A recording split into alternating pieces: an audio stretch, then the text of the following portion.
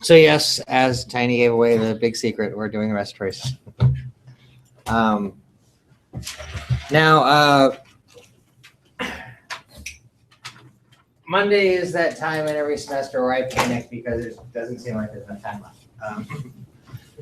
And for us, today we're doing the respiratory system. Next week is the digestive system. And then the following week is urinary and reproductive systems. And then the following week is the final exam period.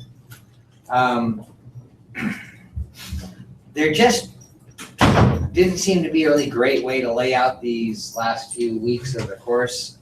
And probably the way I picked is the worst choice that I could have made. Although they're all equally bad, probably. So what we need to do is to get through these 4 organ systems.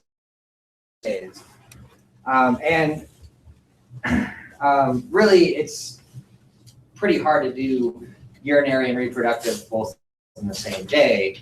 What I want to try to do is to sort of spread it out a little bit more equally across all of the days. So what I hope to do today is cover the respiratory system in, say, about 3 hours, and then introduce the digestive system at the end, and then tomorrow do the digestive system for the first half, and then the urinary system in the second half, and then on, wait, did I say tomorrow? I meant next week. You know? And then the following week, finish up the urinary system and spend about 3 hours on reproductive. 3-hour blocks for each is reasonable. So hopefully that's the way it's going to kind of go. Especially for the respiratory and digestive systems, there's a lot of anatomy that I don't think I really need to spend a lot of time with. So in introducing the respiratory system, I'm going to run through the parts somewhat quickly and concentrate more on the physiology. In fact, what I want to do today is, in the first half, cover everything, present what I want to in terms of what you need to pay attention to in the material. And then after the break, up until hopefully about 11 o'clock, I want to do a respiratory physiology exercise. So we'll see how that works. And then I'll probably do the digestive system anatomy today. Again, I'll run through it kind of quickly because I think a lot of it you can get, and I'll just highlight what you need to pay attention to. And then tomorrow we can go through the respiratory physiology, which is a little involved, just going through all the different parts and following the system. And also in the digestive system, we want to cover a little bit about metabolism. I'll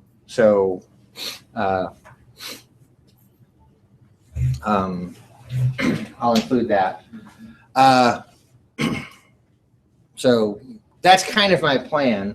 I've set up or I think I have set up the due dates based on what's on the syllabus. So the respiratory stuff is due before next week. The digestive system stuff is due before the week after that. And then the urinary and reproductive stuff is due at the end.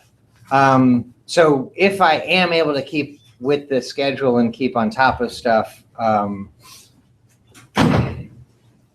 all of the due dates will follow that fine. You might be able to get started on some of it a little sooner than normal, but you're not going to need to necessarily work on anything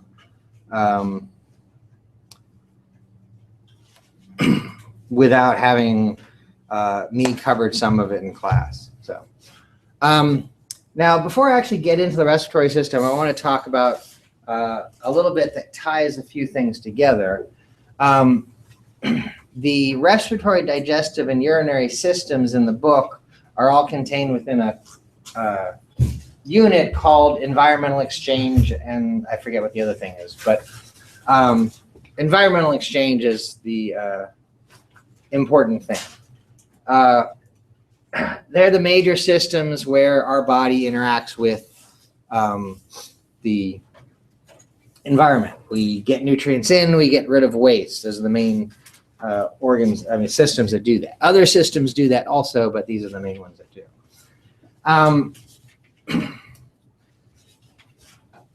Let's see. I'm going to write quickly on the screen something that doesn't really work well on the screen. And then I'm going to actually put it on the board for you folks to see better. But for the sake of recording the screen, I want to put this here.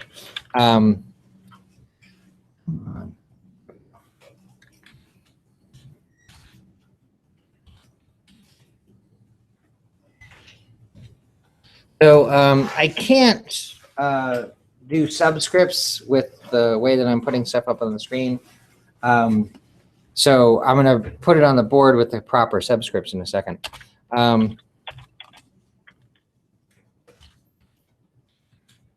And this is not the complete equation. I'm going to talk about that in a second.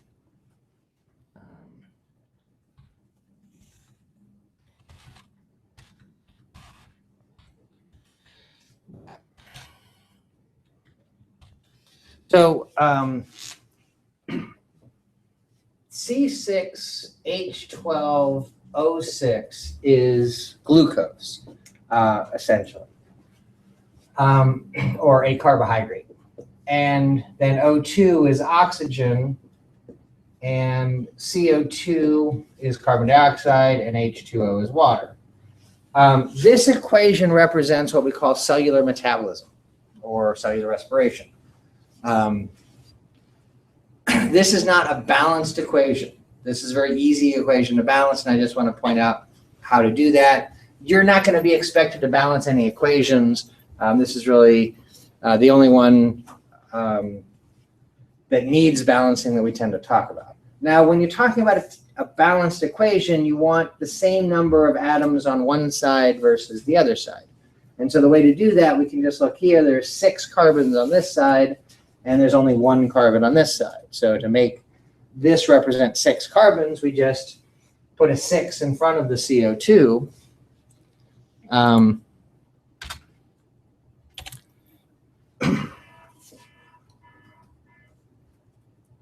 Was that somebody's device? Yeah, that was my alarm, sorry. Okay, good.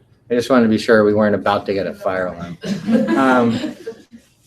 Anyway, so the 6 carbons in glucose end up finding their way into 6 individual carbon dioxide atoms. That's what that represents. There are 12 hydrogen atoms in glucose, and there are 2 in water. And so similarly, if we multiply that by 6, we get the proper number of hydrogen atoms. Then oxygen is a little more complicated because it's in a number of places. Carbon and hydrogen is only in glucose. So that's all we have to do to balance. But now if we look on the reactant side of the reaction, there's 6 oxygens in glucose and then 2 more in the oxygen molecule. And then there's 6 CO2s and 6 H2Os. Since there's 2 oxygens in each carbon dioxide, that means that there's 12 there and then 6 more in water for a total of 18. How many more do we need on the reactant side? 2. No. There's 8 on the reactant side. There's 18 on the product side. We need 10 more.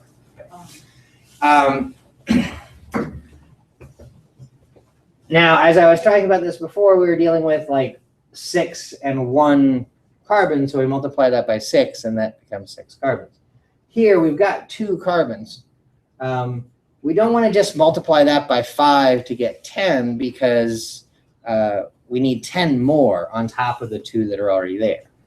So if we multiply this by 6, now we have 18 oxygens on either side. Okay. Where 5 more oxygen molecules is 10 more oxygen atoms, and that satisfies things. So that's how it's balanced. Like I said, you're not going to need to balance things anywhere else. We're going to deal with a few other reactions, but they're all actually pretty straightforward and don't require any balancing. This is the only one that does. And it's just for each glucose, you need 6 of each of the other things to balance everything out. Now, part of doing this and balancing things out is to show that we put a 6-carbon molecule into this equation and we get 6 separate carbons out in carbon dioxide as a waste product. So now this is a good place to think about where things fit together for the environmental exchange unit. We get the glucose in through the digestive system, we get the oxygen in through the respiratory system, we get the carbon dioxide out through the respiratory system, and we get the water out through the urinary system. So that all 3 systems that we're talking about play a part here. Today we're going to concentrate on the respiratory system and the oxygen CO2 side of things, and we'll get to the other stuff later on. There are a couple of other things that we'll see tying stuff together, just similarities in how the 3 systems do certain tasks, and we'll come back to that. But this is a good place to kind of start with that. Now,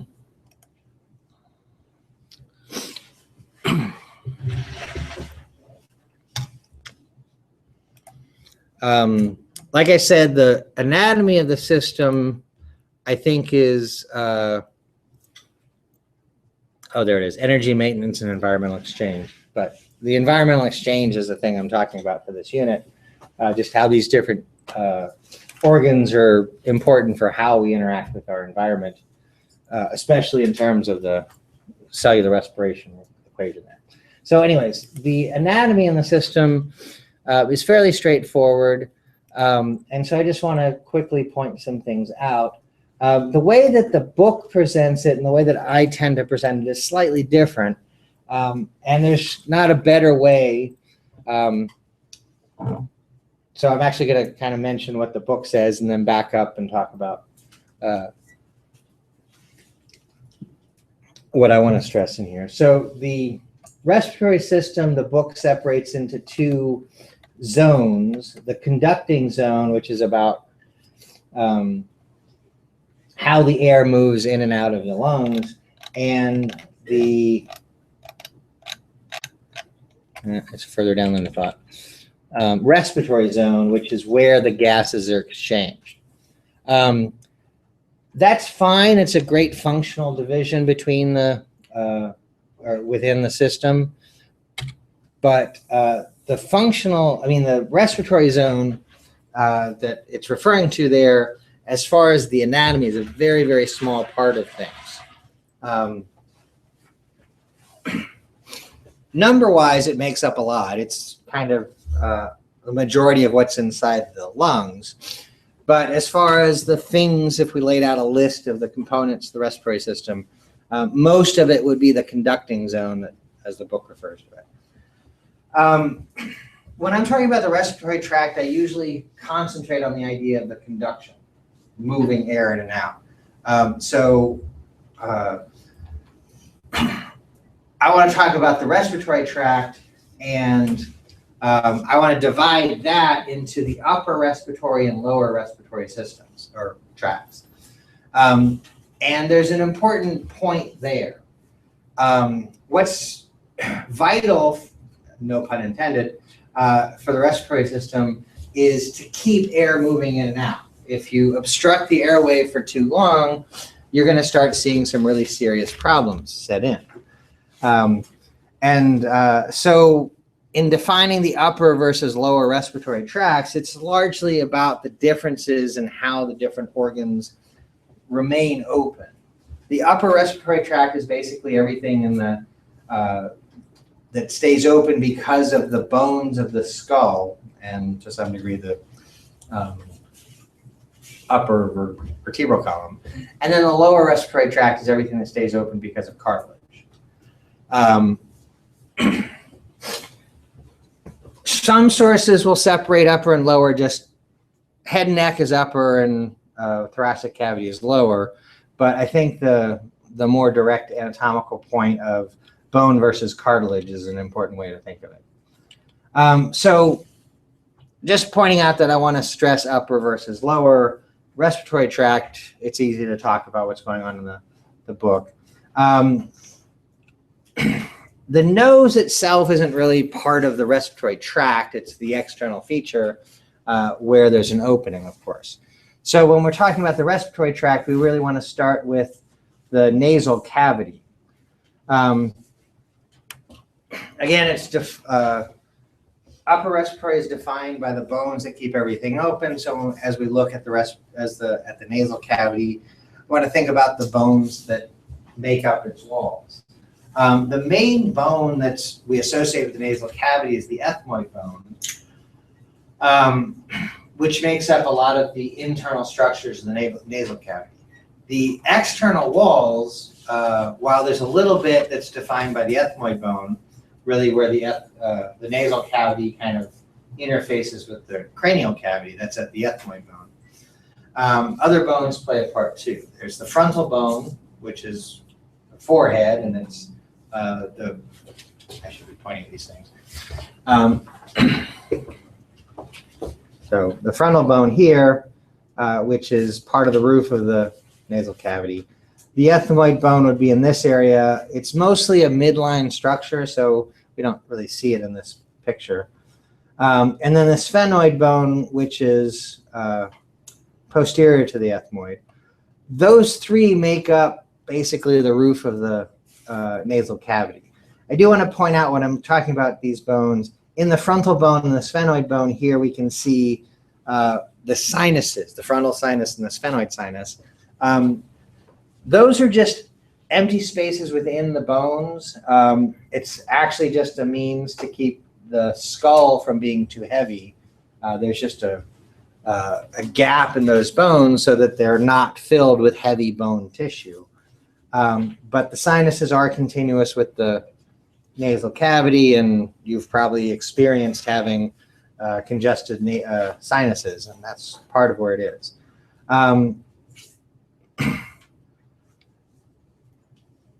From the sphenoid bone down, we jump over a gap because there's an opening in from the posterior nasal cavity to go back into the throat or the pharynx.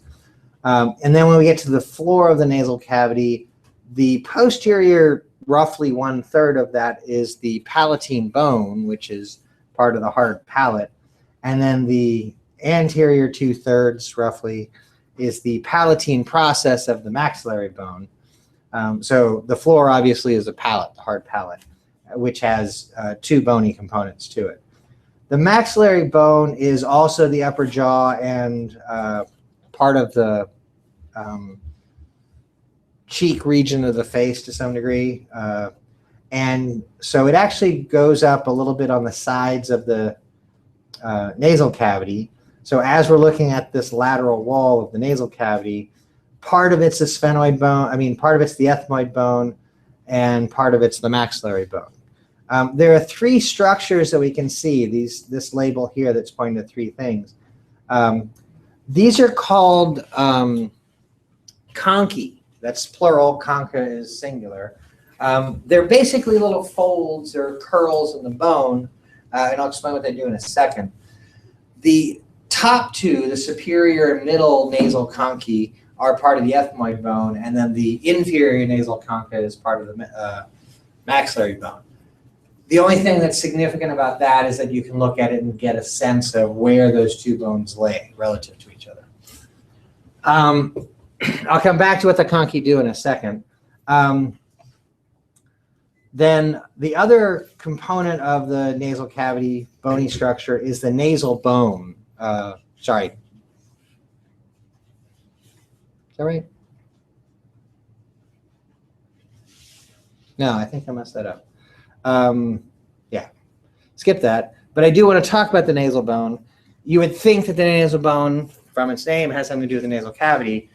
It's really just the bridge of the nose, and it's sort of on top of the frontal bone as far as walls of the nasal cavity is concerned.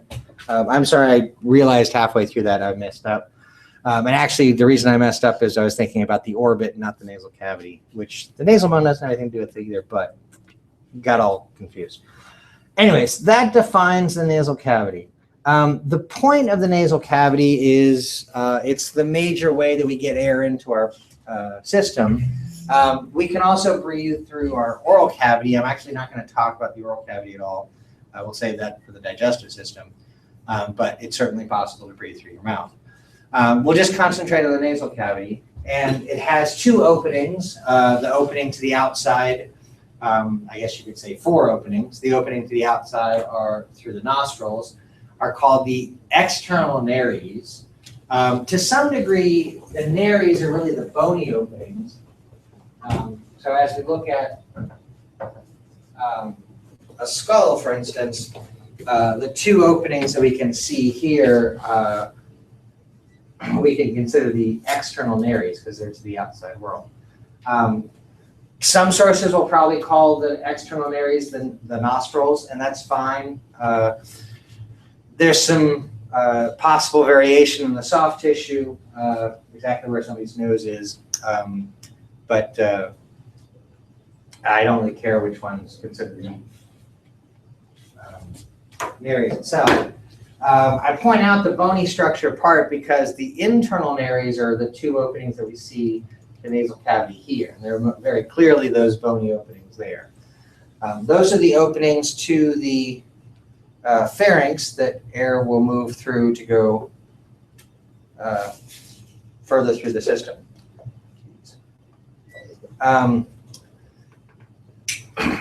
As the air passes through the nasal cavity, it needs to be hydrated and warmed up. The air that we breathe in is not the same temperature as inside our bodies, and there's a lot less water vapor in the air we breathe than water that we have in our bodies. So the 2 processes take place, and the nasal cavity is mostly involved in that. The nasal mucosa is largely responsible for providing the warmth and the moisture there. It's a pseudostratified epithelium with goblet cells. It makes plenty of mucus, which you're probably familiar with. And the water in that mucus can evaporate into the air and help to keep it moist. Also, the nasal mucosa has an areolar connective tissue deep to the pseudostratified epithelium, which has a lot of blood vessels, and in fact, probably more blood vessels than your average areolar connective tissue would have, because as the air is passing through, the heat, your body heat, represented by the heat of your blood, warms the air up. Nosebleeds are kind of common because of the increased perfusion or vascularization of that tissue, but it's there to help warm up the air. If you take a deep breath through your nose, you can kind of feel where the cold air is, and then eventually you'll stop recognizing it. So if you go like that, you can kind of feel the cold air in your nasal cavities, but it doesn't go much past that because it's warmed up. In the middle of the winter, if you go outside and you take a really deep breath like that, you'll probably feel a cold burning sensation down into your thoracic cavity. And that's just a matter of how cold the air is and how long it takes to warm up. But generally from room temperature, you can warm air up to body temperature just as it's passing through the nasal cavity. And the nasal conchae are part of doing that. The nasal conchae act as turbines, so as I'm inhaling air like this, that sound is actually the air kind of spinning through the turbine action of the conchae, which slows it down a little bit and gives it a chance to be warmed up and hydrated.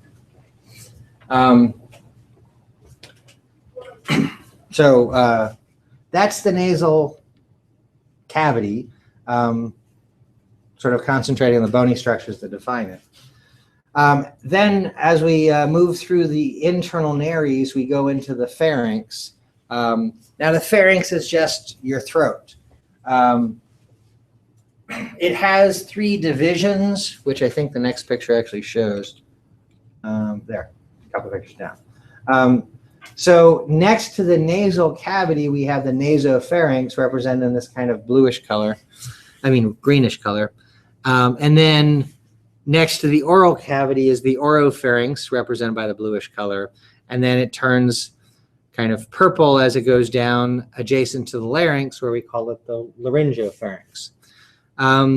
Some sources will show, and I don't really care exactly where this is, but that will show that the laryngopharynx actually extends a bit further down in the digestive tract, but that's not exactly crucial. At some point, there's not a very obvious line dividing it. We go from the pharynx to the esophagus, which is what this tube down here is.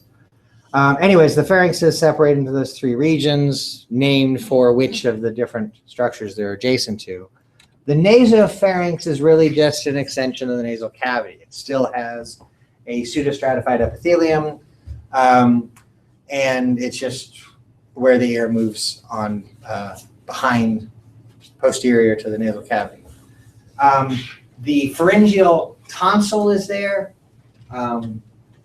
which is primarily there for observing the presence of airborne pathogens.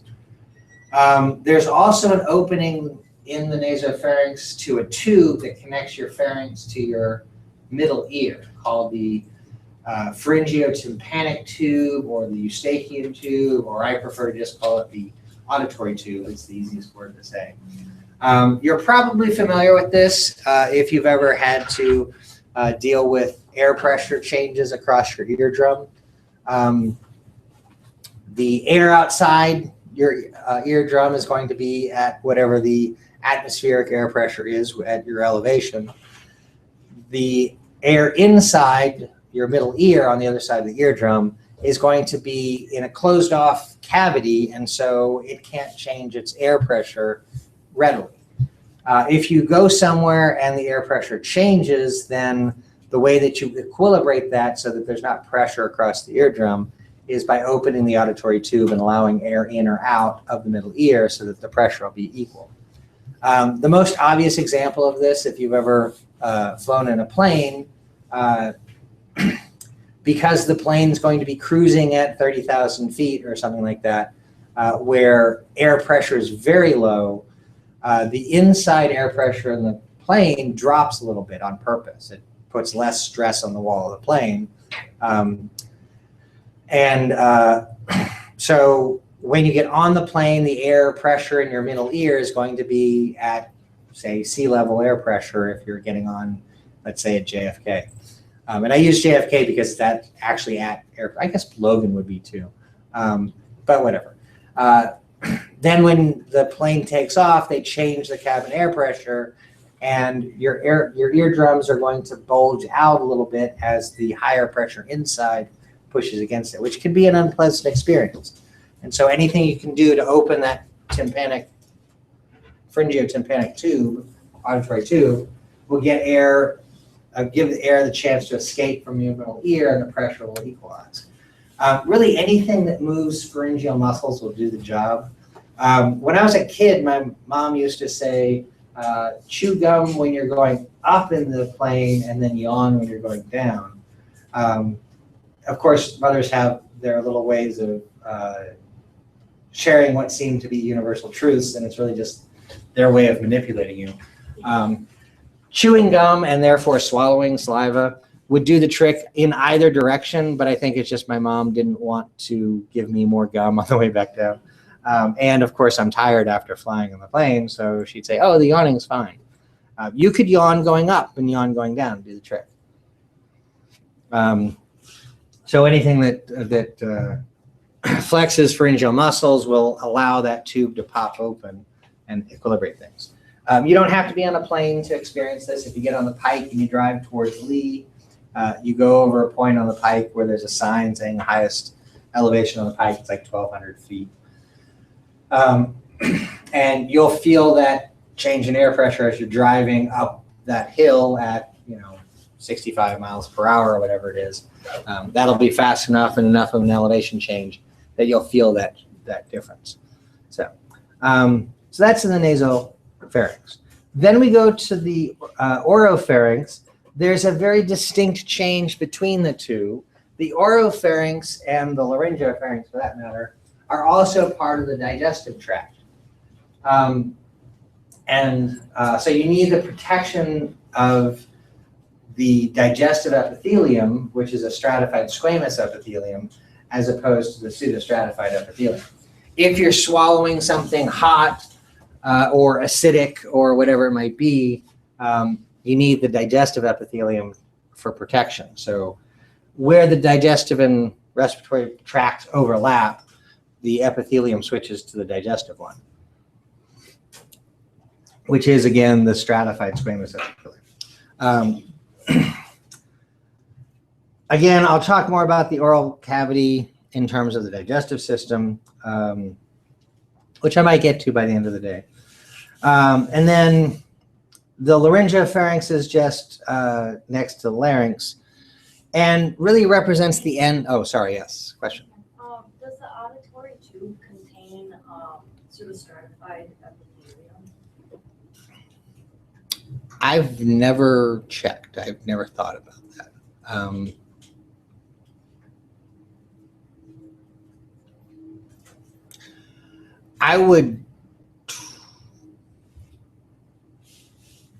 My first guess answering that question I'd say probably not. It probably contains like a stratified cuboidal or stratified columnar. I have no idea. But then as I thought about it, it might actually still have that, because one of the things that the pseudostratified epithelium, the nasal tract, does has cilia, so it can move mucus around. And you could certainly get mucus up into that tube. And so if it's a ciliated pseudostratified epithelium, it'll help to push the mucus out so that you don't clog up your middle ears with that. But truthfully, I've never actually looked into that.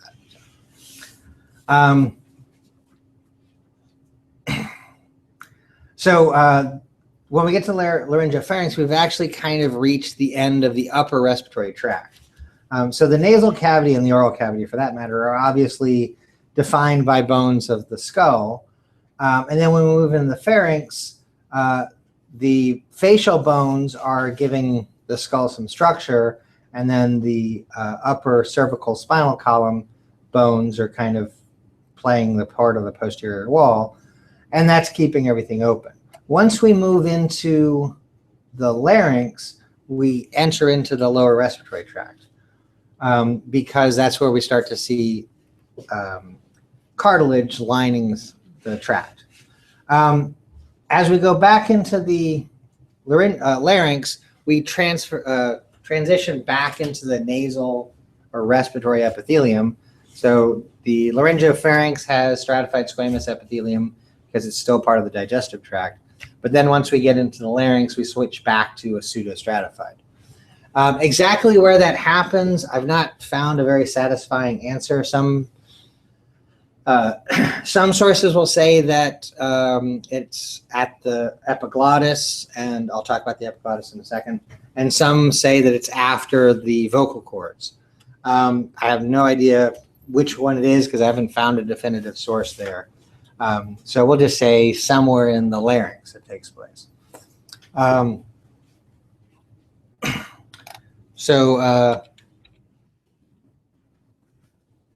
me enlarge this picture actually. The larynx, again, is the first place where we see cartilage making up the wall of the structure, and this light blue color is sort of the universal anatomical model color for cartilage. So we see a whole lot of that. The main part of the laryngeal wall is a large piece of cartilage called the thyroid cartilage, which basically wraps around the anterior and lateral aspects of it, and is not in the posterior position. So here we're looking at an anterior view, this big structure here, this is the thyroid cartilage. And it extends around on the side a bit, here. Posterior, there's different cartilage there. In this anterior view, they're pointing to this spot right here, which is where the thyroid cartilage comes to a point right there. That's called the laryngeal prominence, more commonly referred to as an Adam's apple.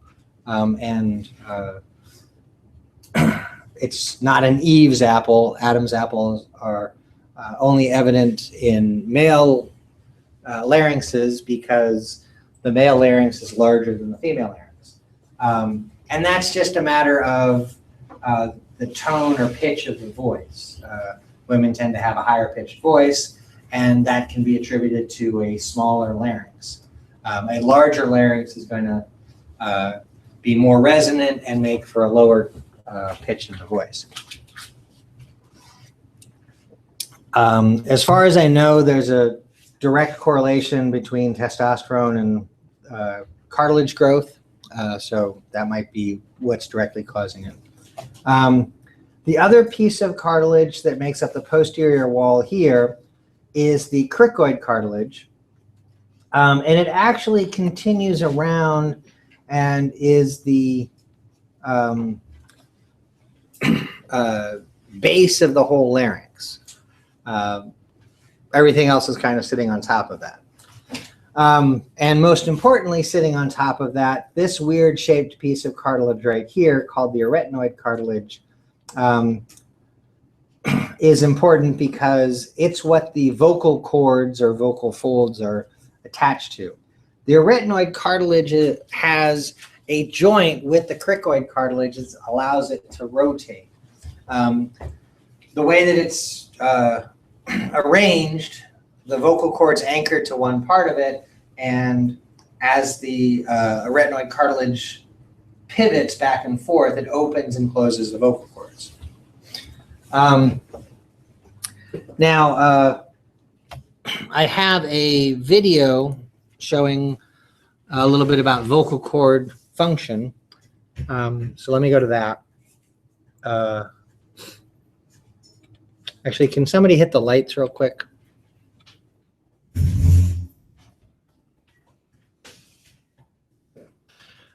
So I'm going to play this little video here. It's has kind of two parts to it, and I'm actually going to make it bigger. So it'll show you what's.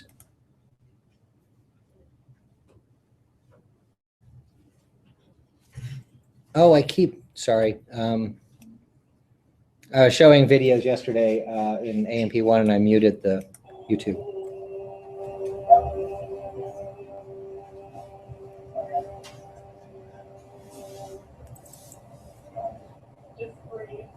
Okay, so that was just the subject sort of singing a note so you could see the vocal cords vibrating a little bit.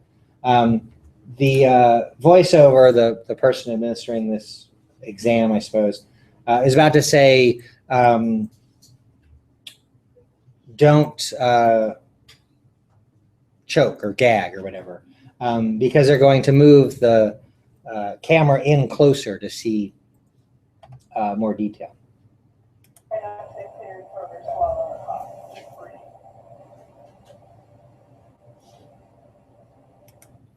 So the tissue covering the vocal cords is called the vocal fold. The vocal cord is just really a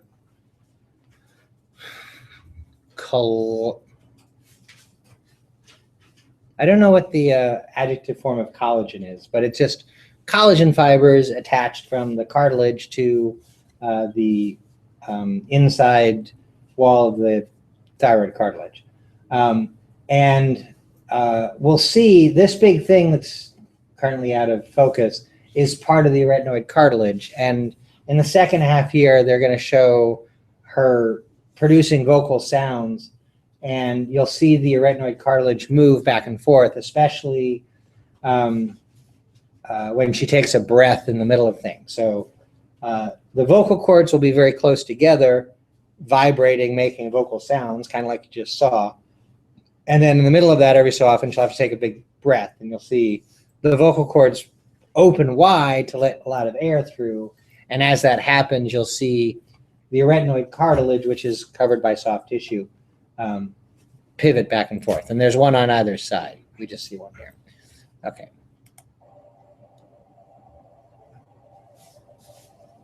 Okay, so those, come on.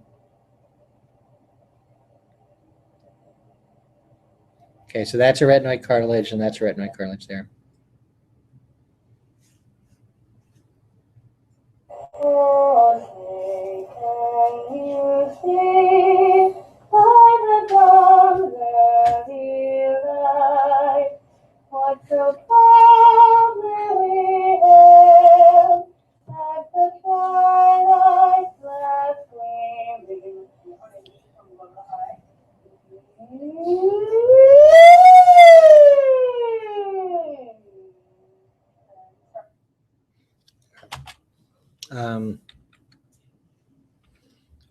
So again, it's covered in soft tissues, but the arytenoid cartilage is under here, and here they're pivoted wide open so plenty of air can get through, and then they pivot in to close up, and I don't think I can catch a frame. Oh, yeah.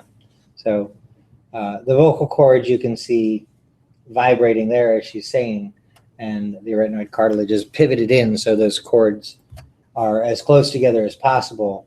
And it's really hard to see, it's probably impossible to make out, as she's changing the pitch, the arytenoid cartilage actually is moving. But it's probably moving too small of a distance for us to actually see as she's going through that scale that she sings at the end, but that's the arytenoid cartilage there. So,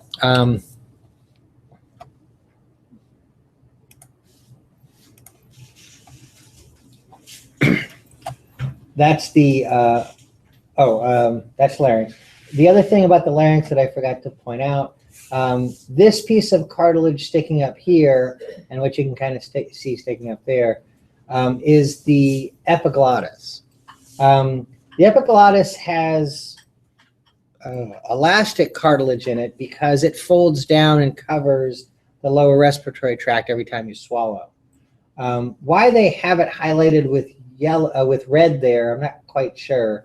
It's usually a more pinkish color like the other tissue we just saw.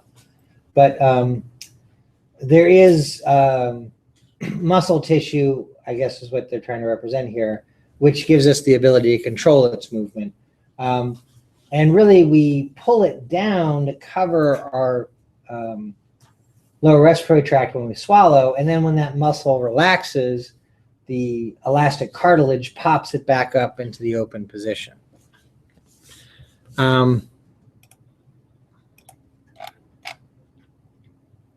Here's a picture of the larynx. This is oriented the same way as the picture, the video I just showed you, which I've always thought is upside down. Now this is what we would call a laryngoscopic view. A laryngoscope is used to view the vocal cords. If you've ever watched a medical drama, house, ER, whatever it might be, whenever they're intubating somebody, they use a laryngoscope to guide the tube between the vocal cords. If you think about somebody laying down, say on a bed in a hospital room or something like that, then their back would be down, which would be the top of this picture, and their top would be up, which is the bottom of this picture.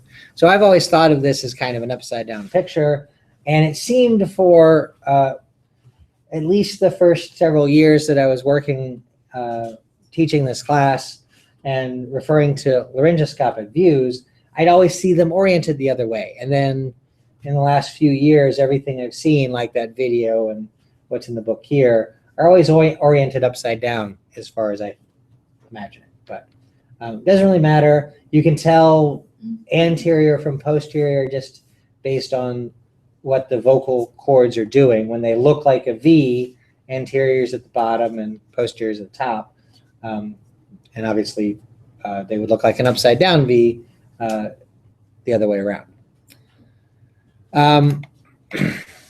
The trachea then continues on from the cricoid cartilage down. There's cartilage rings wrapping around the trachea.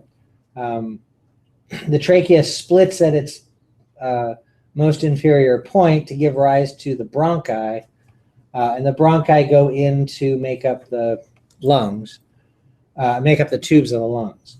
Bronchi branch repeatedly, so the first branch off the trachea we give rise to what are called the primary bronchi, or the main bronchi, one going to either lung. Inside each lung, the bronchi branch further. The next branching point gives rise to what we call secondary bronchi. There are 2 in the left lung and 3 in the right lung. The secondary bronchi are also referred to as lobar bronchi because they go to the different lobes of the lungs, and there are 2 lobes on the left and 3 lobes on the right. Why are there not the same number of lobes in either lung? Why are there fewer lobes on the left side than the right side? What's going on right next to the lung on the left side? There's a heart, yeah. Heart takes up space, so the left lung's a little smaller.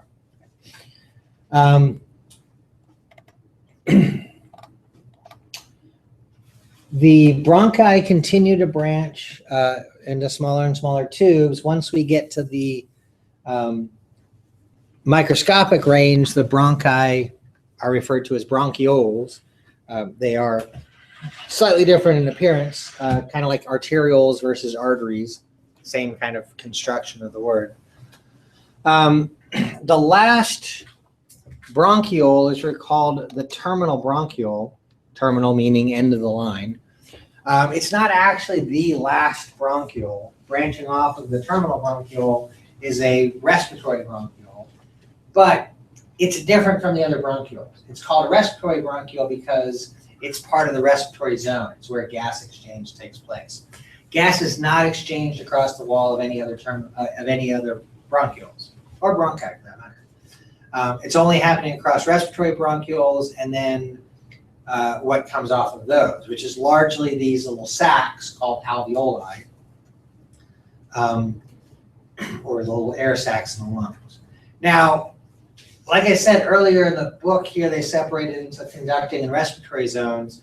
And if you're talking about just the specific structures, when we get down to the respiratory zone, it's largely just this little itty bitty alveoli and a few tubes, respiratory bronchioles, that kind of thing, which individually are microscopic, as opposed to the much larger things that we see in the rest of the tract. However, there's a lot of alveoli. If you look at lung tissue, you'll see the occasional tube passing through it, bronchi or something like that. But really, it's mostly this spongy looking tissue because it's all of these air sacs. And the air sacs individually are microscopic, but as a group, they make up a very spongy tissue. So they are kind of all over the lungs. And as far as real estate, if you will, the respiratory zone probably is about half of the respiratory structures. Between the alveoli and the blood, carbon dioxide and oxygen are exchanged, and that's happening because the alveoli are covered in capillaries. The blue vessel coming into the capillaries here, carrying deoxygenated blood, that's a respiratory, respiratory arteriole, I guess you'd call it. Arteriole, because it's carrying blood away from the heart. But in the respiratory circulation, arterioles and arteries, for that matter, are blue, and then carrying the freshly oxygenated blood away from the alveoli is a respiratory venule, which will then go to the respiratory. I'm sorry, I was saying respiratory. The term we were using in terms of the heart was pulmonary. Got a little mixed up. But respiratory, pulmonary, they're both referring to what's going on in the lungs. just remember in the lungs, because it's getting deoxygenated blood from the heart, arteries are blue because they're carrying the blood away from the heart, and veins are red because they're carrying the freshly oxygenated blood back to the heart. Okay. So just keep in mind that the colors that we see of the blood vessels here is actually the opposite of what you'd expect. And then the capillaries adjacent to the alveoli are there to exchange gases with the blood.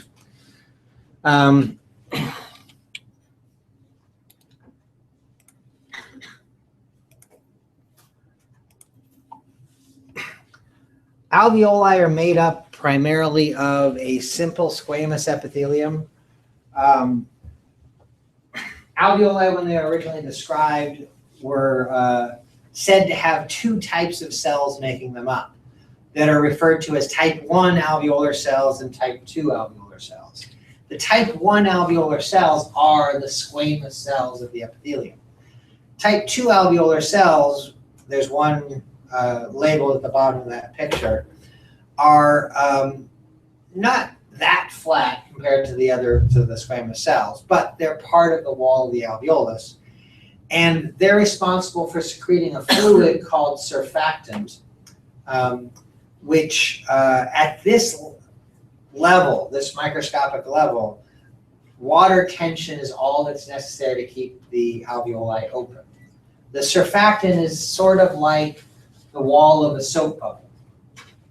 And it's going to naturally keep a bubble shape to it because of the forces associated with water tension, and that'll help keep the alveolus open.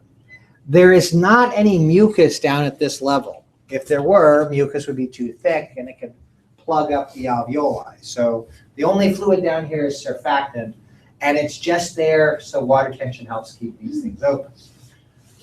The role that mucus plays in the rest of the respiratory tract of helping to capture and clear away debris and pathogens and that sort of thing is handled by macrophages that wander through the alveoli.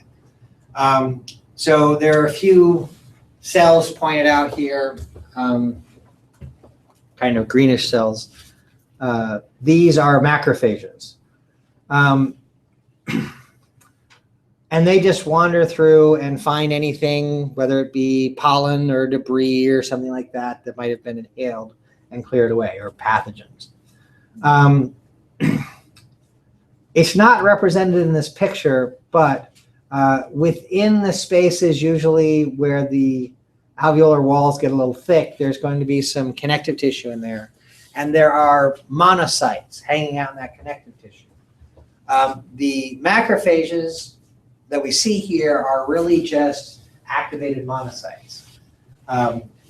When one of the macrophages that we see represented here lives out its lifespan and has done its job and cleared away any debris, it goes away and is destroyed, and then a monocyte in the connective tissue wall will migrate out and become an activated macrophage.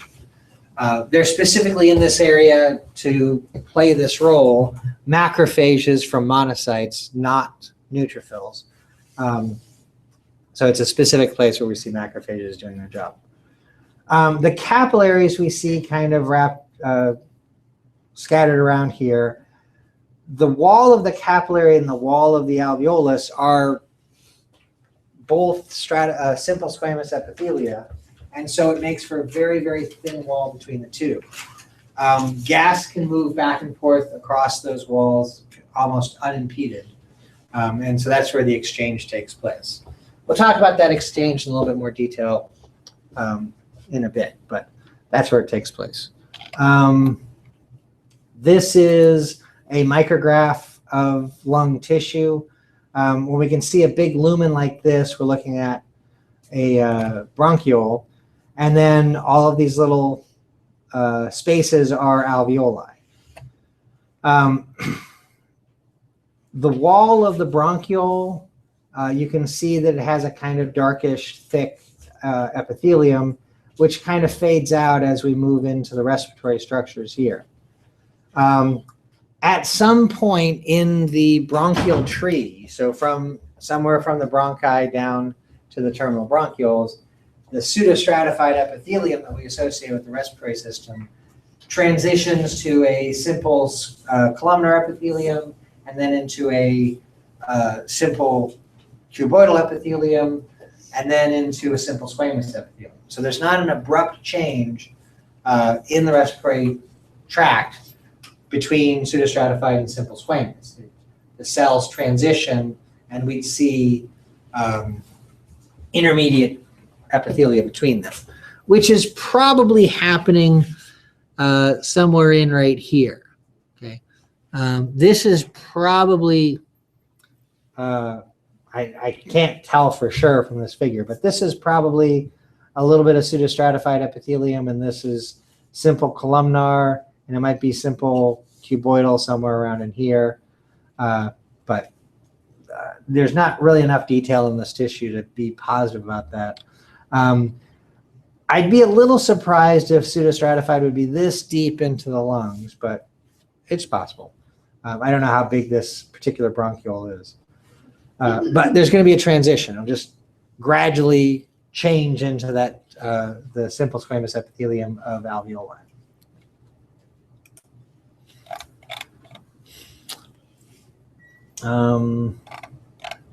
So that's the respiratory tracts for the most part. The next section is highlighting the structure of the lungs. I've already mentioned that there are 2 lobes on the left and 3 lobes on the right. The lobes are referred to as inferior, middle, and superior. There's not a middle lobe in the left lung, just inferior and superior. And they're each served by a separate bronchus, secondary bronchus.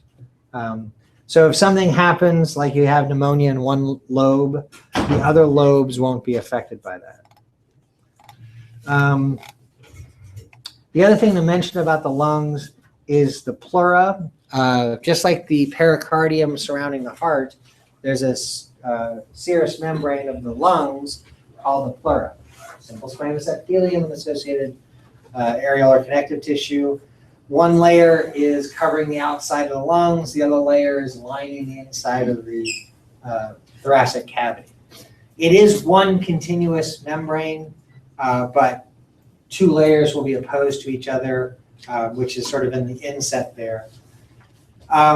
It's a closed membrane. Nothing can get in or out. It does contain some fluid in there to act as a lubricant so that when your lungs are moving, they aren't going to rub up against the rib cage wall and create friction and damage. Also, the pleura is important to help keep the lungs inflated. When you breathe, what's actually happening is the rib cage is expanding and collapsing. The muscles that drive breathing are doing just that. The pleura basically sticks the lungs to the inside. So when your rib cage expands, it pulls the lungs with it. And when the lungs recoil, go back to the original shape, which I'll explain a little later, the rib cage collapses with it. The only way that I've really come up with to really explain what that's like is shrink wrap that's covering something you've bought in the store. It's kind of hard to get that first sort of pinch of plastic to pull off, unless they've put a hole in the shrink wrap specifically for you to be able to do that. But if nothing can get through the plastic, you can't pull it away from whatever it's wrapped around because no air can get in to fill that space. So if the ribs pull away from the lungs, nothing can get in to fill that space if it were to expand. So the lungs have to follow along to keep that pleural space intact, I suppose is one way to put it. If anything happens to break through the pleura, then the lung will collapse. Gunshot wound to the thorax that goes through the lungs, this is the heart hopefully, then that lung's going to collapse because with a hole in the pleura, the lung won't stick to the inside of the rib cage. There's actually elastic tissue in the lung, not a whole lot that you can see, but it's there. And when you inhale, you stretch your lungs out, pulling on it through the pleura. And then when you exhale, the elastic tissue recoil kind of shrinks the lungs back down and pulls the rib cage back in. So the pleura are important to how the lungs follow the size of the thoracic cavity as it expands. Which brings us to breathing. Now, to understand breathing, we have to start by understanding something about pressure,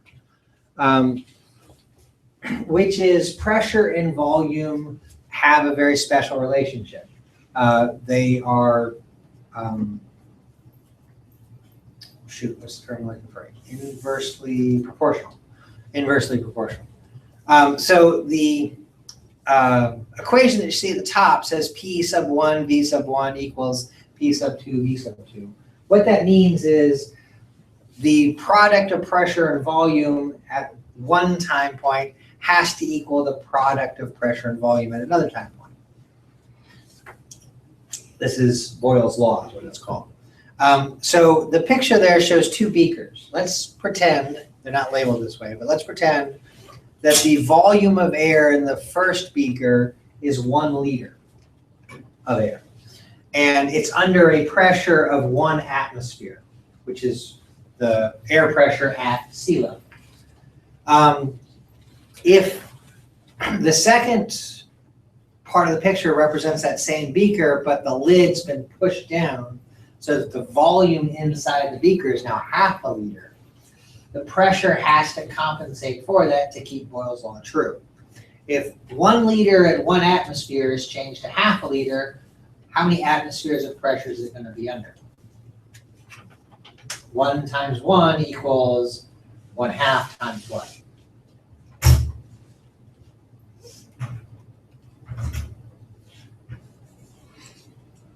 Okay, P sub 1 is 1 liter. 1 atmosphere. V sub 1 is 1 liter. What's 1 times 1? 1, okay. Volume 2, V2, is 1/2 liter. We can figure out what pressure 2 is. But you have to multiply by 1/2 to equal 1. 2. So in the first beaker there, if it's 1 liter at 1 atmosphere, the second one, 1/2 liter, is going to have to be at 2 atmospheres. If it was at 1/4 of a liter, what pressure would it be?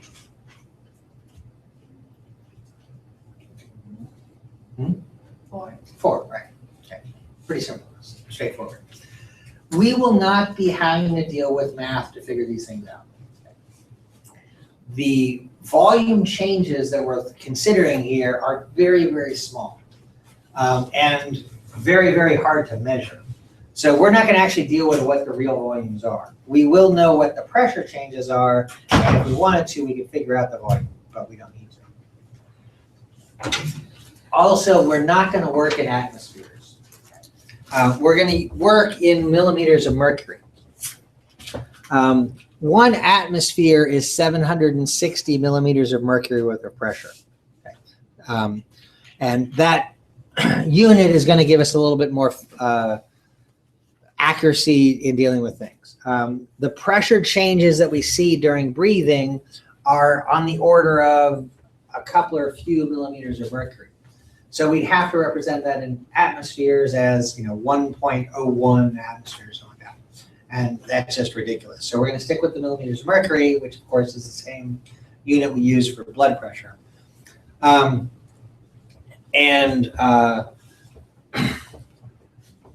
If the pressure is 760 millimeters of mercury at time 1, and then at time 2, it's 762 millimeters of mercury.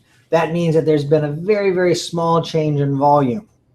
Okay, whatever that would require to make that little change there. But we're not going to worry about what the actual volume is because we don't have to figure that math out.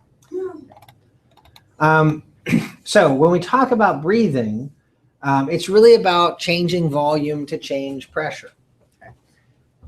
When you breathe, when you're breathing, I mean you because you're not talking like I am, and talking requires different muscles.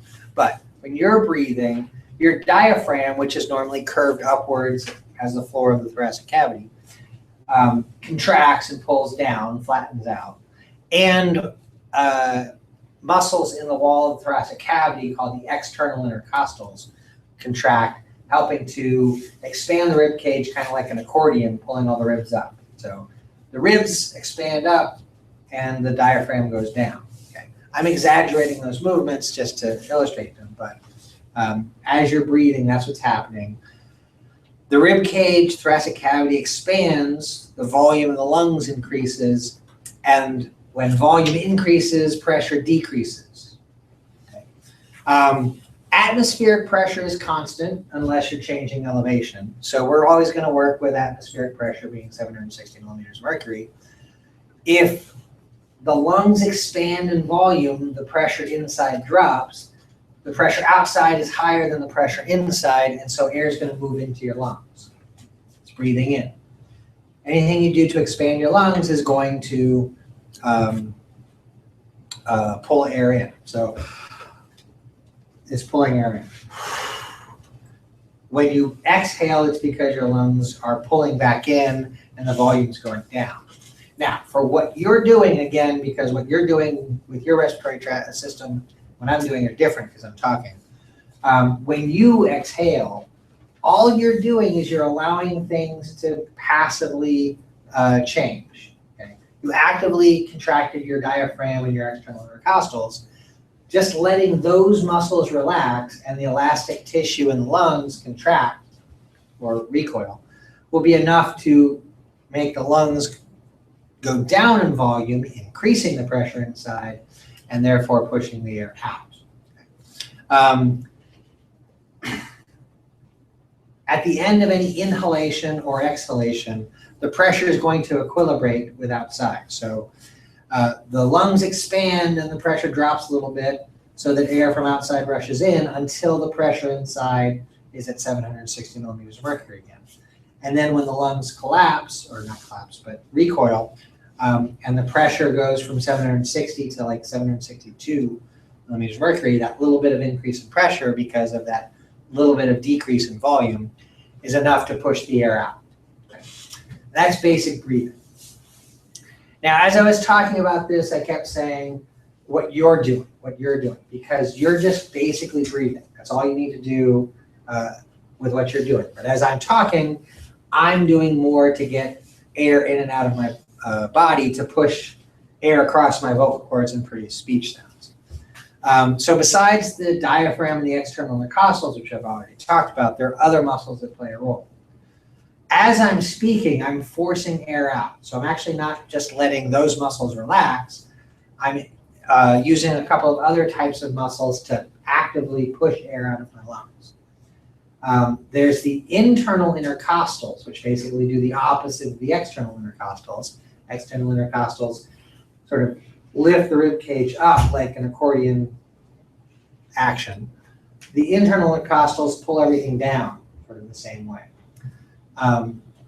Also, the abdominal muscles are inserted across the base of the rib cage. And so when they contract, they can pull that down. You usually think of a guy like straightening out a vest on his suit or something like that, pulling down.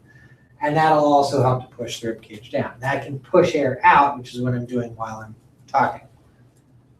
Every so often I have to take a breath. Okay? If I'm taking a big breath, there are other muscles that get involved besides the diaphragm and the external intercostals. Yeah, diaphragm and external intercostals are always part of taking a breath in, but if I want to take a deep breath in, then the sternocleidomastoids, which are originate out of the sternum and the clavicles, that's the sternocleido part, and insert into the mastoid process of the temporal bone, mastoid, they'll contract and pull the top of my rib cage up. Okay? There are some other muscles, the scalenes, the pectoralis minor, and the book mentions another one that escapes me right now, that also help to pull some of the upper ribs up and expand the rib cage. So anything you do to expand the rib cage, you get more air in. Anything you can do to compress the rib cage, you get more air out. And as you're speaking, that's usually what's happening.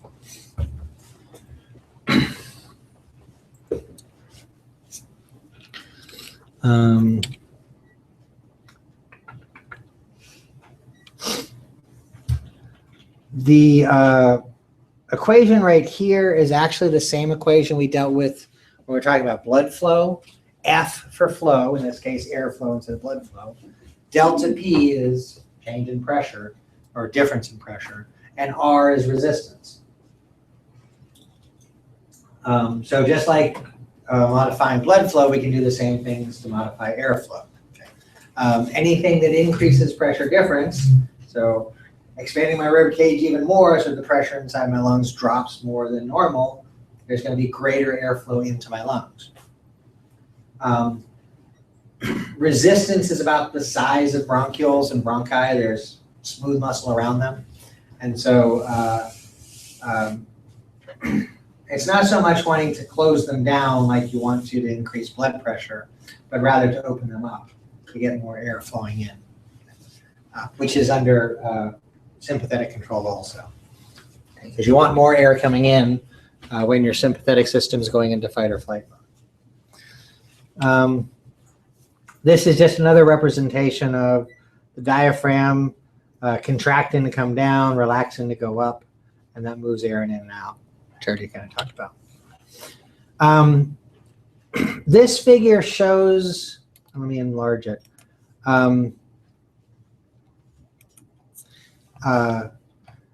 The different types of air volumes that we associate with the lungs. I want to point out here, I'm actually going to talk about it after the break because it has to do with the respiratory physiology stuff that we're going to do. But the line, the black line there is just the line that's recording the volume of air moving in and out. And then the chart, given 6,000 milliliters, is the capacity of the lungs. So we'll talk about what these different terms mean, and we'll look at how we record that after the break today.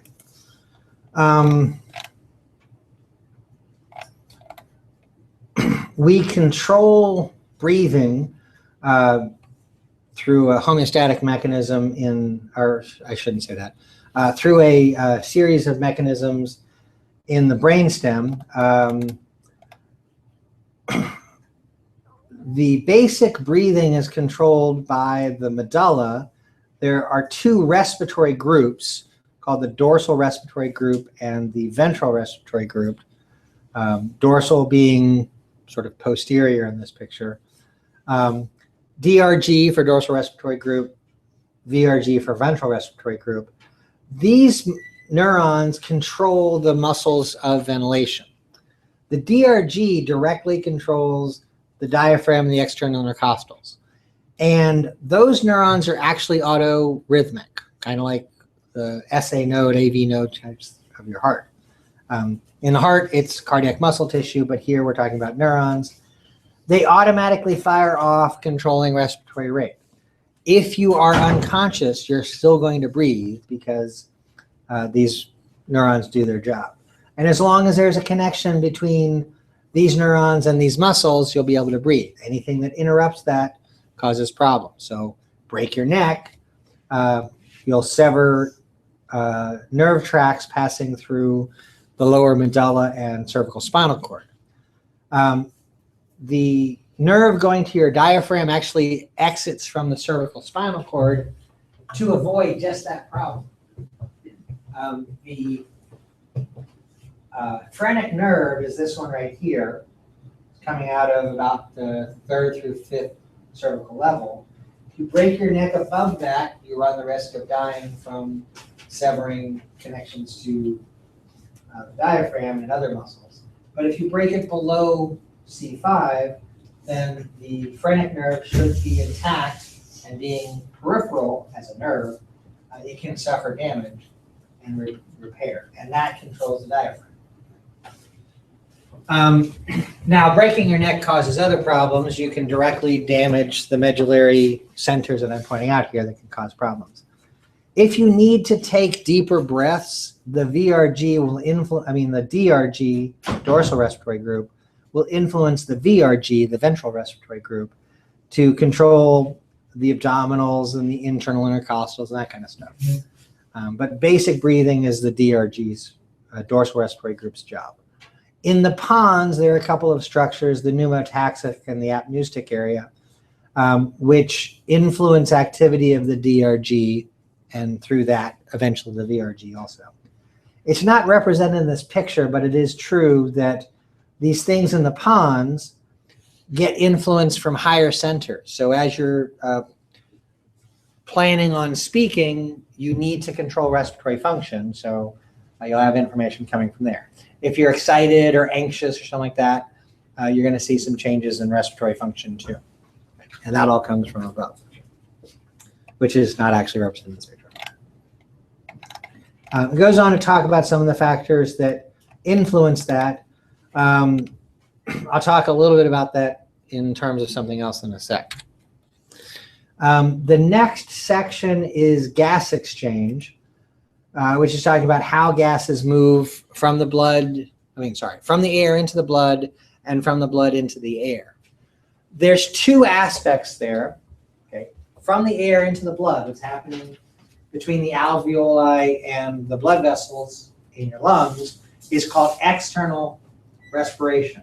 What's happening between the blood and your tissues is called internal respiration.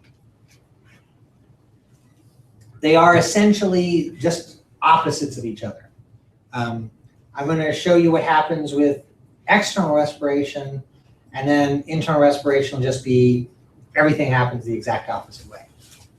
And I'll say that a little bit more clearly later on.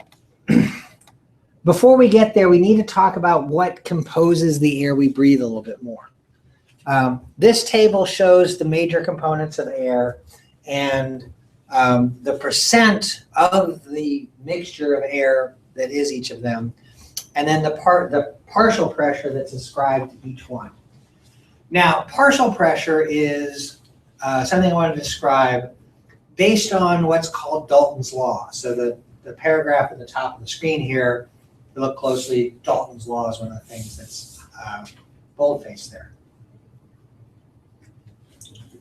Dalton's law basically says that the total pressure of a mixture of gases can be determined based on the partial pressure of each individual component gas. Okay. That law is kind of weird. We cannot measure the individual partial pressure of a gas without some serious investment. Okay. So let's imagine this room here. It has in it nitrogen gas, oxygen gas, water vapor, and carbon dioxide gas, as well as a few trace gases here. If we wanted to measure the partial pressure of just the nitrogen in here, what we'd have to do is suck all of the other gases out without touching the nitrogen. And that's really just not possible. So what Dalton's law really gives us the ability to do is to say, well, we know what the total pressure of a mixture of gases is, and we can very easily figure out how much of each gas is present in a sample. And so we can calculate what the partial pressure is. Now, the numbers we're working with are based on 760 millimeters of mercury, air pressure, sea level. But in fact, right here, it's going to be a little bit different. We're at about 320 feet above sea level. If anybody has a phone with a barometric sensor in it, you can actually get this data exactly. The iPhone 6 has it, the Samsung line has it, and a few other Android phones have it. But you can download an app that will actually give you the exact barometric pressure and your elevation. It's kind of cool. And so last year I had a student with an iPhone 6 do this. And we are about 320 feet above sea level. I'm not quite sure how it figured out what the actual pressure at sea level was, but it had that data in there. I accessed the National Weather Service or something like that. But it was actually like 763 millimeters of mercury. And it was 750 something at this elevation, which tells the computer how to calculate exactly how many feet above sea level we were. But we're going to base all this on 760 millimeters of mercury. So if the total air is 760 millimeters of mercury, then we can look at each component, and we know that the air that we're breathing is about 78.6% nitrogen. So if we multiply 78.6 by 760 millimeters of mercury, we get the partial pressure of nitrogen is 597.4. Same thing with oxygen. It's 20.9% of the air we breathe. Gives us the partial pressure of 159 millimeters mercury, roughly. Okay, we do that for the other things. The reason that's important is because of another thing that we need to understand about gases, which is represented in what's often referred to as the ideal gas law. Calling it a law probably is a little bit incorrect, but in gases, the individual components, the molecules, the nitrogen molecules, the oxygen molecules, all that, are so far apart from each other that they don't ever interact with each other. Now, the molecules that make up our body, because we're solid and liquid, they interact quite a bit. But in gaseous form, the distance between individual molecules is so great that they basically don't interact with each other. So we can, based on the ideal gas concept, which is probably a better way to say it, we can assume that each of these gases work entirely independently. And that's an important thing to understand. When we're talking about respiration, oxygen moving from the air into our blood and carbon dioxide moving from the blood back into our air, they operate independently because of this ideal gas law or concept. Okay. Now, at the bottom here, they illustrate the partial pressure idea. Again, you couldn't actually do this, but if we could take oxygen and nitrogen separately and measure their pressures together as a mixture, their pressure would just be a sum of their partial pressures. And that's essentially what it is. So we can add up all these partial pressures and get the total pressure for the system. But really what we did is we back calculated. Knowing the total pressure and the percent composition, we calculated the partial pressures. Now, the other fact to think about with gases is that they're soluble. Gases will obviously make up the air around us, but they'll dissolve into any liquids around us. So those of you that have containers that are not screwed closed, like this water bottle here, but the sippy cups that I see, the travel styrofoam cup back there, they're exposed to the air around them. So the gases in the air around us have dissolved into those liquids. And they're going to be represented in those liquids at the same proportions and pressures that we talk about them in air. We don't actually describe the concentration of a gas in liquid. Like we'd say, there's a concentration of sodium in a solution.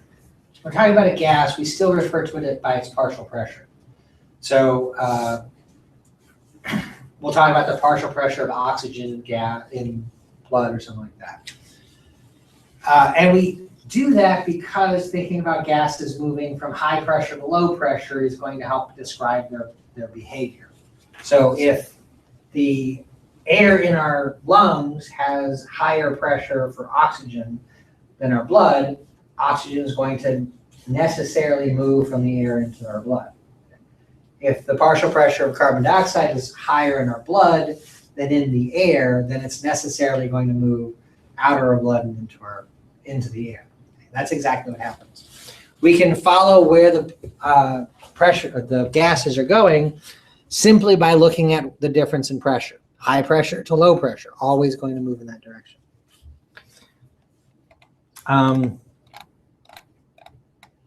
Now, external respiration, like I mentioned, is movement of air between, movement of gases between the air in our lungs and the blood in the capillaries there. And this picture represents that. There is an error in this picture. There's one arrow that's pointing the wrong way. But other than that, it's a pretty good picture. So, oxygen in the air in our alveoli is preferentially going to move into our blood. The pressure in the air, which is a little bit over 100 millimeters of mercury, is going to push oxygen into the blood.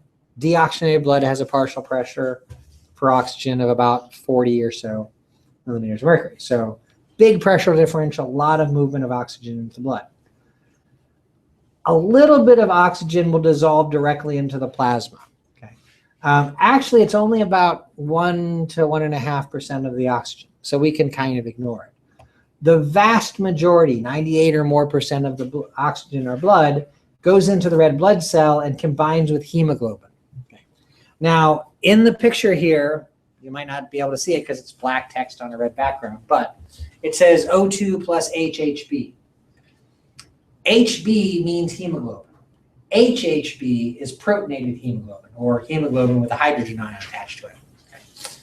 Okay. A hydrogen ion is a proton, so protonated means to have a hydrogen ion attached to it. What happens is oxygen and the hydrogen ion swap, and you get oxygenated hemoglobin and a hydrogen ion. Okay. Now, this is the backwards arrow. Okay. Oxygen's coming in, so it's going to join hemoglobin there. So in your mind, just mentally, excuse me, rotate that arrow. Excuse me. That's all that oxygen does. It moves in and it attaches to hemoglobin. Okay.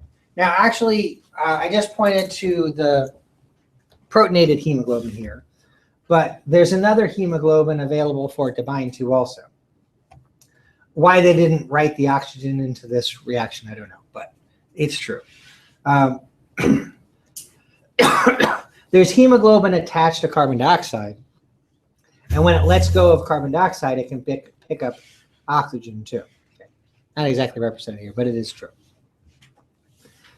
But that's oxygen. It comes in, the vast majority of it is found in the red blood cell attached to hemoglobin. Carbon dioxide is a little bit more complicated. Now, first off, there's 2 arrows representing the movement of oxygen down at the bottom. There's 3 arrows representing the movement of carbon dioxide at the top. Now, the arrows are going opposite directions because oxygen is moving from the air into the blood. Carbon dioxide is going to be moving from the blood into the air. And that's just, again, because of pressure differences. The pressure of carbon dioxide in the blood is higher than the pressure of carbon dioxide in the alveoli, so it's going to move out. There is some carbon dioxide dissolved in the plasma. It's more than what I just said for the oxygen, but there's not a whole lot to say about it. It's 5 to 7% maybe, but it doesn't do anything exciting. It's just carbon dioxide. And it'll just move out of the blood into the alveolus. The other 2 arrows represent how the carbon dioxide is moving out of the red blood cells into the alveolus. And this is where it's kind of a little bit more complicated. Now, the less complicated side of that is that some of the carbon dioxide is attached to hemoglobin. That's about 23% of all the carbon dioxide in your system. Not a whole lot, but I mean, a little less than a quarter of the carbon dioxide is bound up to hemoglobin. The majority of it, which represents about 70% of the carbon dioxide in your system, is part of this reaction here. Now, this reaction is important for us to be familiar with because we're going to see it repeated over and over again. This is another one of those things that ties all 3 systems in the environmental exchange unit together. I'm going to refer to this as the carbonic anhydrase reaction because that's the enzyme that drives this reaction. And you can see that drawn, written in this picture below that thick black arrow. Carbonic is referring to carbonic acid, which is H2CO3. And what carbonic anhydrase does is it anhydrates carbonic acid. To anhydrate or dehydrate means to remove water. And so if we remove water from H2CO3, we have left over CO2. So H2O plus CO2 gives us H2CO3, or vice versa. So the enzyme is named for, excuse me. The enzyme is named for being able to remove a water molecule from the carbonic acid molecule. And when we do that, we have carbon dioxide, which then leaves the red blood cell and we exhale it. Now, carbonic acid, being an acid, is going to be able to dissociate into the hydrogen ion, or a proton, and the rest of it, which is CO3 minus, called the bicarbonate ion. It's not represented in this picture, but bicarbonate ions are actually found in the plasma, and so they're pulled into the red blood cell. They combine with the proton, or the hydrogen ion, that was released from hemoglobin when oxygen bound to it, and we get carbonic acid.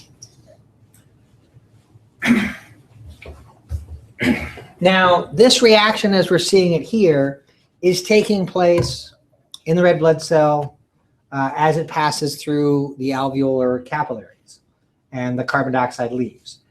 This reaction, however, can run either direction. Carbonic anhydrase is named for the reaction represented here. But as with many enzymes, they are going to respond to whatever the local conditions are. In this situation, we have more carbonic acid than we have carbon dioxide. And so carbonic anhydrase is going to run the reaction until there's less carbonic acid. If there's more carbon dioxide than carbonic acid, carbonic anhydrase will do the opposite, which is to combine water molecules and carbon dioxide to make carbonic acid. Okay. And we're going to see this reaction running in whichever direction is necessary in a lot of different places. Okay. So this is external respiration, how things move between the blood and the air and the air and the blood.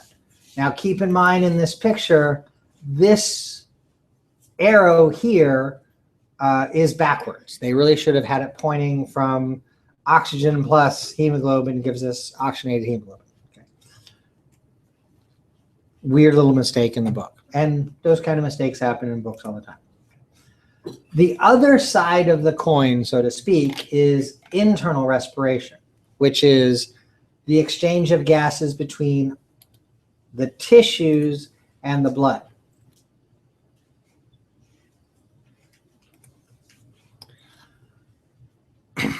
I kind of wish this picture looked more like the last picture, but for whatever reason it doesn't. What we do see, however, is the oxygen arrows, oxygen coming out of the red blood cell, a little bit coming out of the plasma to go into the tissue. And we see the carbon dioxide arrows, carbon dioxide going into the red blood cell and some carbon dioxide going into the plasma. Okay. That part's essentially the same as the previous picture, drawn slightly differently, but essentially the same as the other picture. What they don't show us is what's going on inside the red blood cell. And so we can actually go back to the external respiration picture. If we imagine instead of this side of the picture saying alveolus, if that said tissue cell, like it does here, and we turn all of these arrows around, it would be exactly what's happening. Okay. So carbon dioxide moves from the tissue into the plasma, or from the tissue into the red blood cell. In the red blood cell, a little bit of it combines with hemoglobin to make carbaminohemoglobin. But the majority of it combines with water molecules, and carbonic anhydrase puts those together to make carbonic acid. Being an acid, it will naturally dissociate into hydrogen ions and bicarbonate ions. The hydrogen ions can then replace oxygen that's been released from hemoglobin, and we get the protonated hemoglobin here. And then again, in these pictures, it doesn't show, but the bicarbonate ion actually moves into the plasma. Now, it's important to think about that bicarbonate ion in the plasma, and this is actually what ties this reaction together in the different systems. Bicarbonate is a buffer. It helps to keep the blood pH at a neutral level. Okay? It will automatically bind up hydrogen ions. So if you have a low blood pH, that means you have a lot of hydrogen ions in your blood. As a buffer, bicarbonate ion will just soak it up. Okay? It'll associate into carbonic acid. And then carbonic acid can be broken down, and carbon dioxide can be released as exhalation.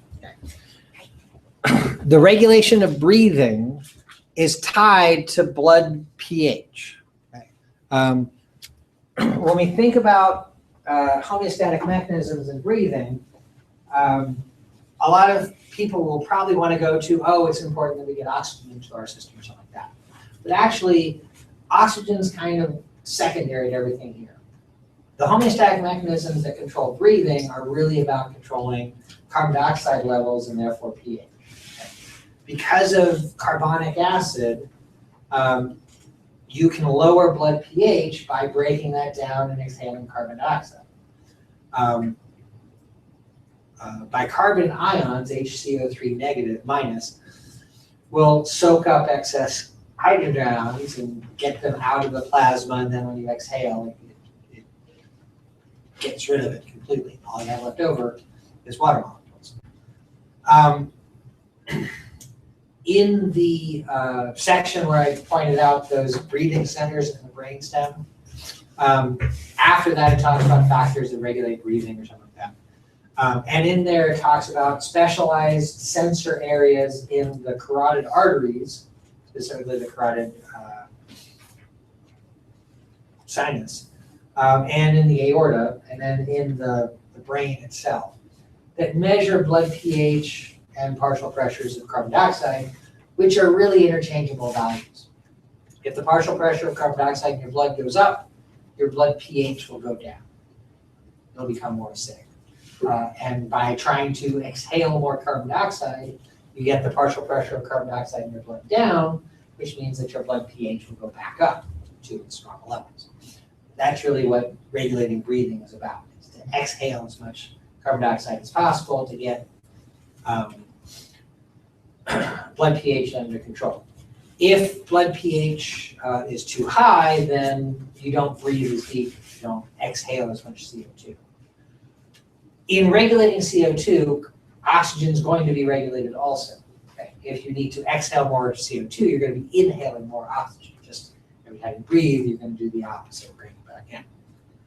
But really, if we're regulating oxygen levels in our blood, we do that by manipulating the number of red blood cells in the system, rather than how we breathe. So homeostatic mechanisms for breathing are more concerned with carbon dioxide and pH, which are intimately connected to each other because of this reaction right here. Okay. We're going to see this reaction over and over again. We're going to pay attention to where bicarbonate is being made, because that's going to play a role in helping to buffer the blood. So the first place we see that is in red blood cells. Now, since this reaction runs both ways, depending on whether we're talking about external respiration or internal respiration, bicarbonate is made in red blood cells when, I don't want to say this, when carbon dioxide is available, okay, when it's being released from the tissues.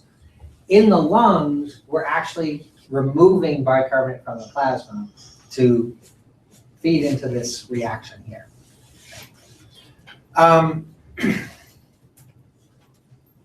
Let's see, there was something about that in the middle of it I wanted to say.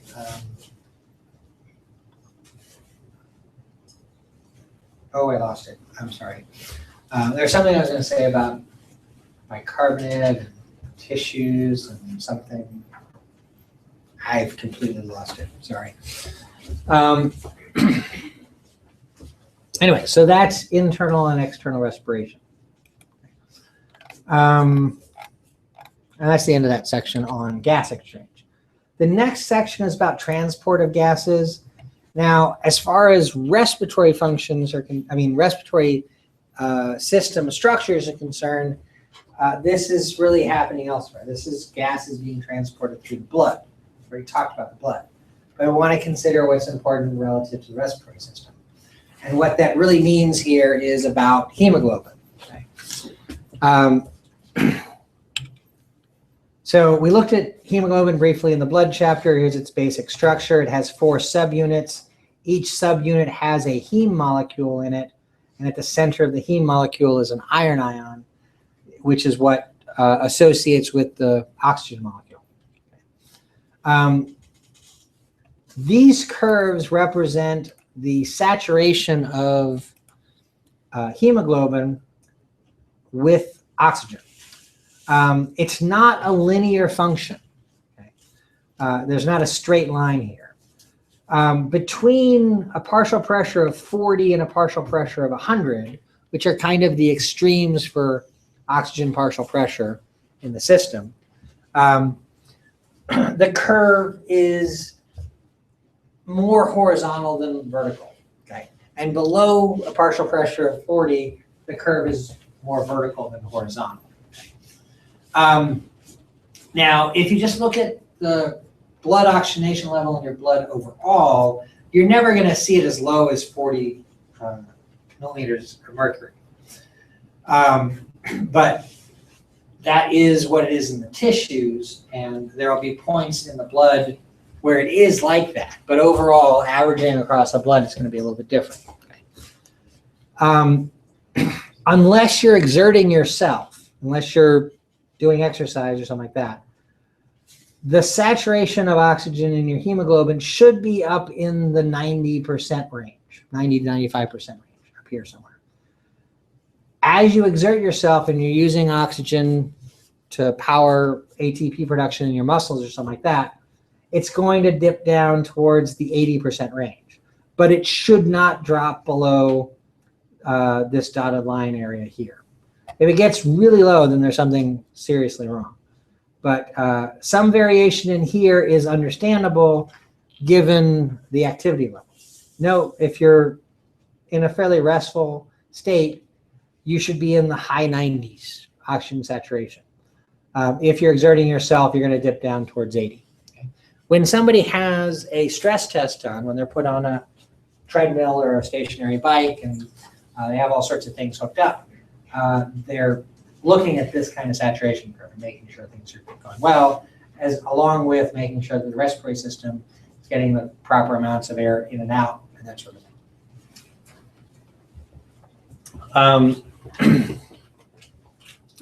So this is your basic hemoglobin saturation curve. The next, close some of these.